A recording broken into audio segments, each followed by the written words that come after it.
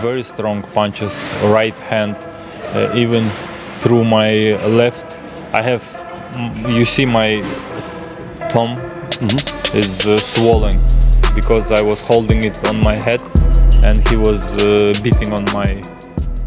Dmitry Bivol has actually been resting on a bed of metal spikes because he is so anxious to get vengeance on Artur Beterbiev. Should calm down. This isn't a marketing gimmick or oddball camera training technique.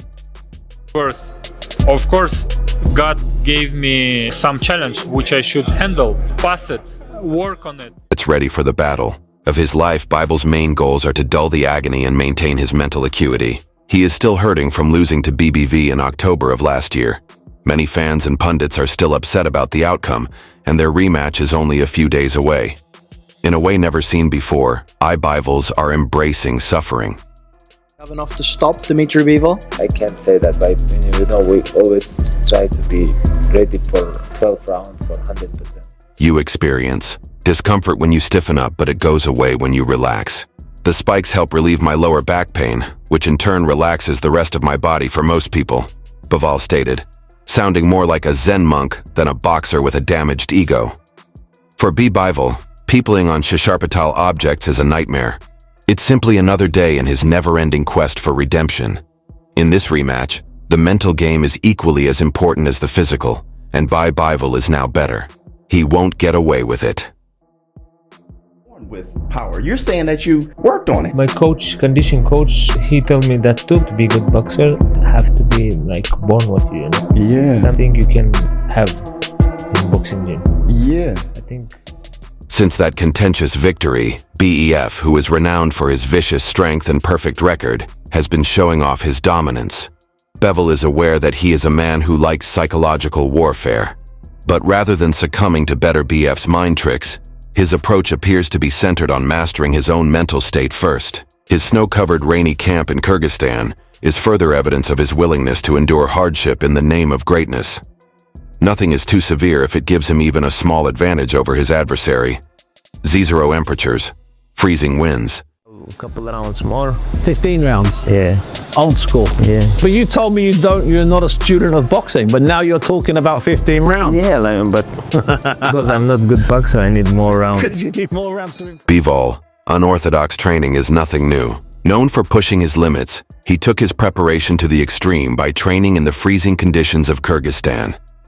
The harsh cold forced every muscle in his body to work harder, testing his endurance and mental toughness. This environment also mirrors the kind of pressure he expects from Artur Beterbiev in their rematch, and Bivol is determined to be ready for it. Yet, even with his intense focus, Bivol couldn't resist a little adventure outside the ring. Recently, he picked up snowboarding, though it hasn't been without its challenges. I felt like an idiot because I'm supposed to be a professional boxer, he admitted with a grin after wiping out more than once. A single slip on the slopes could have sidelined him, but he brushed it off as part of his mental detox. For Bivol, snowboarding isn't just a hobby, it's a way to clear his head. Finding balance on the board mirrors the control he needs in the ring. As he sharpens his mind and body for the fight ahead, he's embracing every challenge, both on the slopes and under the bright lights of the ring. To be honest with you, it was a close fight. It could have went. Couldn't have went either way. I feel like Bivol won most of the rounds. He controlled most of the rounds, and his combination punching was better. Dmitry Bivol's adventurous spirit doesn't stop at extreme cold training. He's also thrown himself into hockey despite the risks. I bought myself the full kit and started taking lessons, he revealed. Between fights, he's been seen playing football with his team, using every sport imaginable to sharpen his physicality and keep his mind fresh. I have rackets for tennis and paddleball, he added, though he admitted he hasn't even tried paddleball yet. He has heavy punch and it's very dangerous. No, he's about how strong he is, and he's not only one punch. When he's trying to... For Bivol, these activities are just puzzle pieces in a larger strategy. Everything he does outside the ring ultimately feeds into the one sport he loves most, boxing. In boxing, if one arm is injured, you box with the other. If you're out of shape, you survive on skill.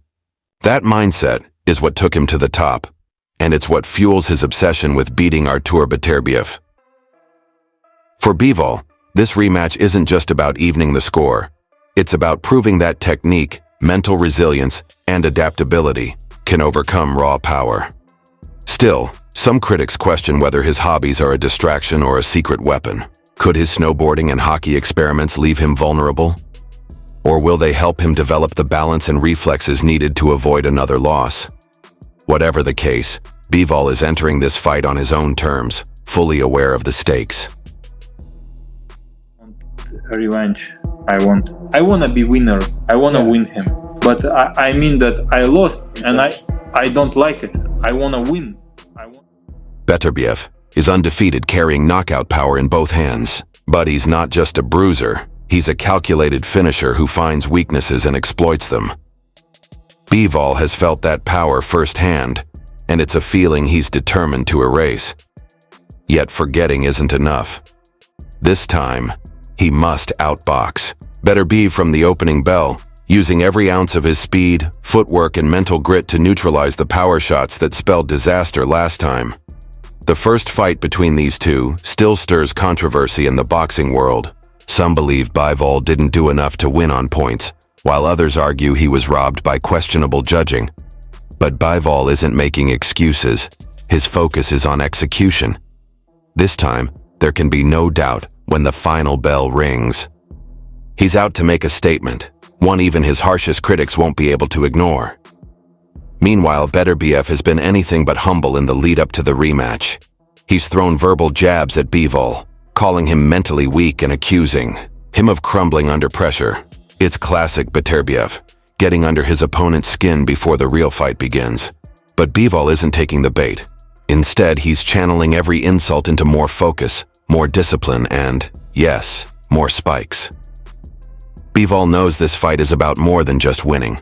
It's about proving that his style, his methodical, technical, and mentally sharp approach can overcome Beterbiev's relentless power. He isn't just stepping into the ring to survive. He's stepping in to dominate, to rewrite the narrative, and to leave no doubt about who the better fighter truly is. Nothing. Just go home and hug my mom. Yes. How do you help your mom? Hug my mom. Oh, hug. Oh, that's beautiful. So you're gonna go home and hug your mom. You spoke to your mom on FaceTime? Yes. What did she say? She's very happy. Yeah. Even Bal's detractors acknowledge that he's taking every precaution, whether it's the acupuncture mat, the hockey lessons, or the snowboarding mishaps. While others may view such actions as irresponsible, Bivol views them as vital for him. It's all part of a warrior who is putting everything on the line in his search for atonement. The only way to overcome suffering is to face it head-on in all of its manifestations. On Saturday night, all of the preparation, anguish, and conversation will be put to the test. Bivol is battling for more than just a belt. He is fighting for his pride, legacy, and the opportunity to change the story. If his persistent desire for vengeance is any indication, Bivol will soon find himself in a world of problems. Everyone think of you as a fighter. They think of punching power. Where does that come from? Gym. Really? Yeah, boxing gym, because you every day working on it. Well, they say you're born with power. Artur Beterbiev's victory in the October light heavyweight undisputed fight was a masterclass in dominance and resilience. The judge's majority decision sparked discussions, but anyone who watched the fight knew it was no robbery. Instead, it was an incredible chess match between two of the sport's finest. Yet, despite Beterbiev's win, it was Dmitry Bivol who left the ring as the fighter who drew the most empathy. Bivol's display of footwork, head movement, and pinpoint accuracy was nothing short of phenomenal. He controlled the pace for much of the fight, forcing Beterbiev to adjust in ways few had thought possible. However, Beterbiev's explosiveness and ability to come on strong late in the fight proved decisive. He hurt Bivol badly in the 11th round, seized the final round with authority, and ensured there was no doubt in the judge's eyes. While there was some controversy over one judge's wide scorecard, Bivol himself stayed composed. He refused to dwell on bitterness or regret, choosing to focus on the future rather than past controversies. Throughout the build-up to the rematch, Bivol has maintained a stoic attitude. When asked about the fairness of the first fight's result, he simply answered yes without hesitation. There's something admirable about that mentality. Bivol understands that lamenting the past won't help him overcome Beterbiev. Rather than wasting energy on excuses, he is solely focused on adapting and executing a new game plan. He's not looking for sympathy or praise. He's looking for victory. Boxing history is full of examples where skilled technicians have faced relentless pressure fighters. Alexander Usyk's rise to dominance at heavyweight is a perfect example. Usyk used speed and footwork to neutralize much larger fighters like Anthony Joshua and Tyson Fury.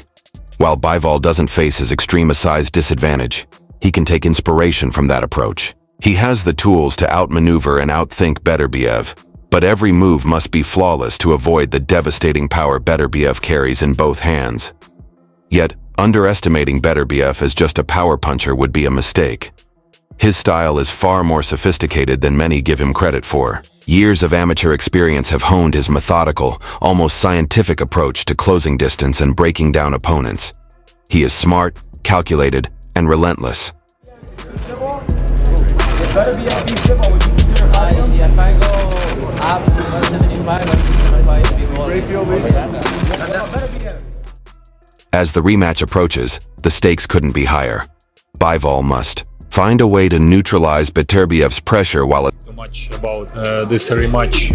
I have another thoughts in my head, because why? If we have an offer after this fight, we will think about this offer.